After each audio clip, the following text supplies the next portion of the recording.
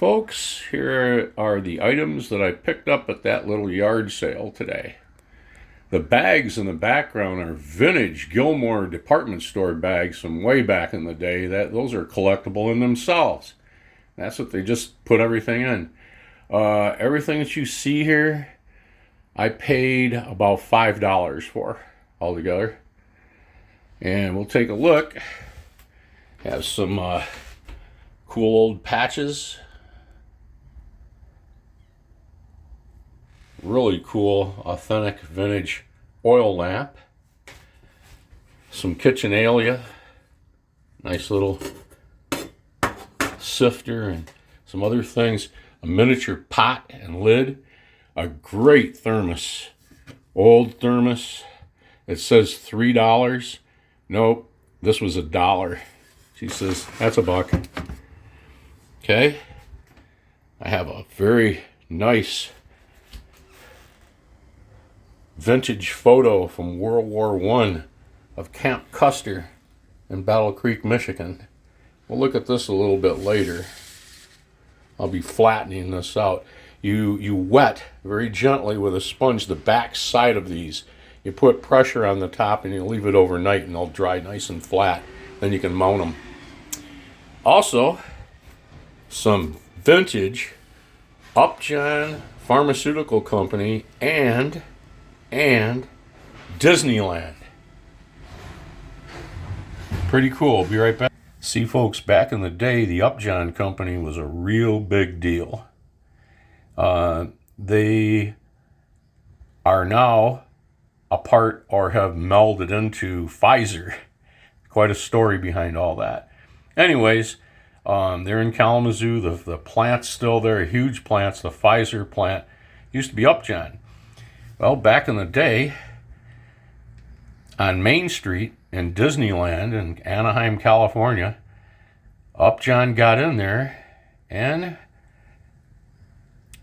here is the authentic postcards of their apothecary. They're on Main Street in Disneyland. It's gone now. They took the drugstore out. It's no longer there. You can see the back of the cards, both Upjohn and Disneyland. The Upjohn Pharmacy, a typical drugstore of the 1880s, is located on Main Street in Disneyland. This one shows the inside of the drugstore, and you can see the old scales there in the background against the wall, and the bust, as it were, right here. Okay, talk about that. Old wood-burning stove and hanging chandeliers set the mood of the Upjohn old-fashioned drugstore in Disneyland. Store is a replica of the establishment the 1880s. Very cool. All right, I'm glad to have these. Be right back. This little artifact was in a small plastic bag for 25 cents. I couldn't say no. It's this gentleman's sport parachute logbook. And take a look inside. Well, this is Mr. William L. Bowden. And he lived in Mattawan. He was born in 1922. Let's see when he started jumping and when he ended, at least in this book.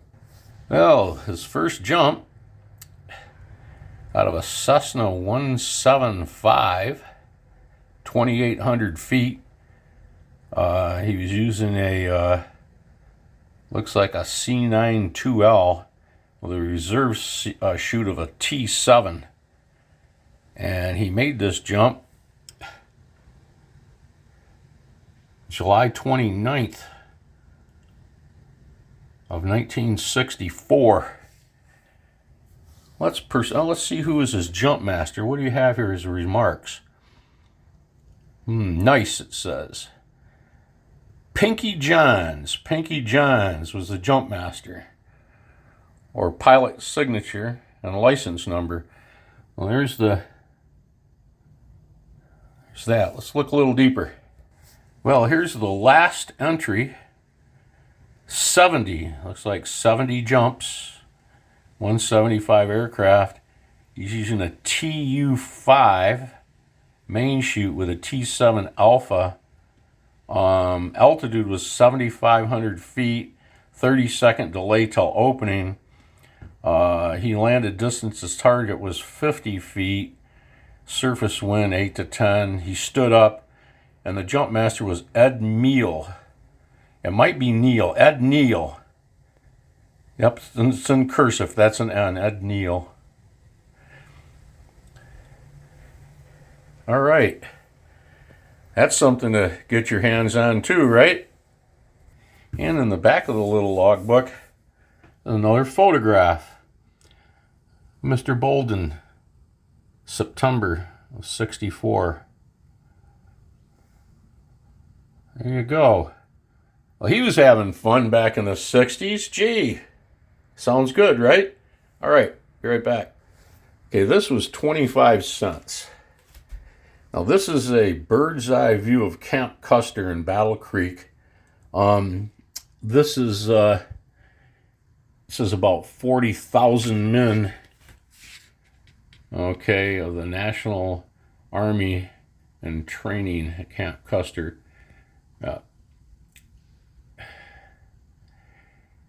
Each of the barracks in this picture contained 200 men. In the center is shown the parade ground. At Camp Custer, the men from Michigan and Wisconsin are being trained. This is World War I. I might want to bring that up to you. This is World War I there at Camp Custer. And the parade field is in the center of the photo, which is all out here. Okay? We keep going back here. I'm looking for Tent City. These are the barracks. It used to have also a tent city made up of hundreds and hundreds of tents. We'll be right back. I'm going to show you a very personal photograph of Fort Custer with my uncle standing there, my mother's uncle. Be right back. First, I'll draw attention to the stenciling here. This is the original photograph, by the way. I have it framed. The Human U.S. Shield, 30,000 officers and men, Camp Custer, Battle Creek, Michigan. Brigadier General Lawrence is in command. He's standing right here. This gentleman right here with a little gut on him and a t-shirt is my Uncle Fred. Fred was in charge of all of the dining facilities at Camp Custer in World War I. There's the camp in the background. The picture was taken, that earlier photo I showed you that I just bought at the yard sale was taken from back in this area over here, looking this direction towards the parade grounds. You can see part of the tent city right there on the left. 30,000 officers and men all standing here together. The stars are made up of the men with their t-shirts on, all standing there. The rest of the men in a full uniform. 30,000 of them. Mole and Thomas. Very famous photo. 1918. The Human Shield. Look at all these fellas. And to think they're all gone. And probably many of their relatives as well. If you look up real close, especially if you get a magnifier out and you can do a better job than this camera can, you can see men on horseback. And I say men, there are no ladies here. Your Clara Bartons and so forth, I would imagine, nurses. In the back here, there are men on horseback. Right here, there's a man in a motorcycle and a sidecar. There's another one here.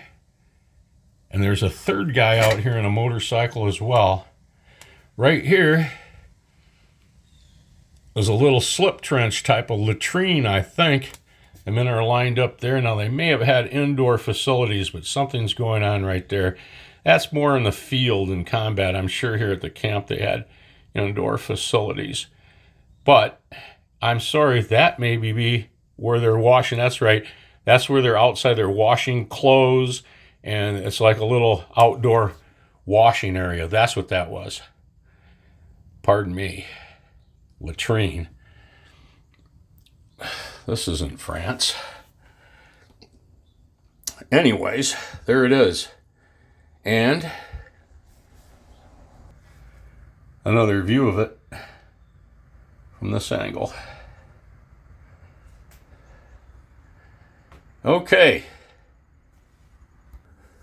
In a few minutes, some of that loot will be found right up here. Somewhere, I'll find room for it in my cupboard of curiosities. This is all from funeral homes and things like that. Yep. There's a little bit of everything here. Almost everything up here. Everything in the shadow boxes. Okay. I brought back from West Germany when I was stationed over there. Everything is authentic, including that really cool little Volkswagen pin there in the corner. Luftwaffe belt buckle, party pin, Class 2 Iron Cross. It's a pretty nice little metal bar from the Imperial days, World War I, and some old coins. Everything in these shadow boxes, I paid less than 60 American dollars for total in 1979. And into 1980 in West Germany. Can't do that anymore. You should see what that party pin brings alone. The Volkswagen pin too. The pair of those right there get you an airplane ticket halfway back to the fatherland right now today. I should have picked up more of that stuff, but I bought all I could find, and there wasn't much. Yep, I'm glad I was lucky to have found these things. All right, the dreidel right here was given to me by my neighbor, along with a really cool banknote from Israel with Golda Meir. Very cool. All right, take care. Talk to you in another one. You get through here. Have a great day.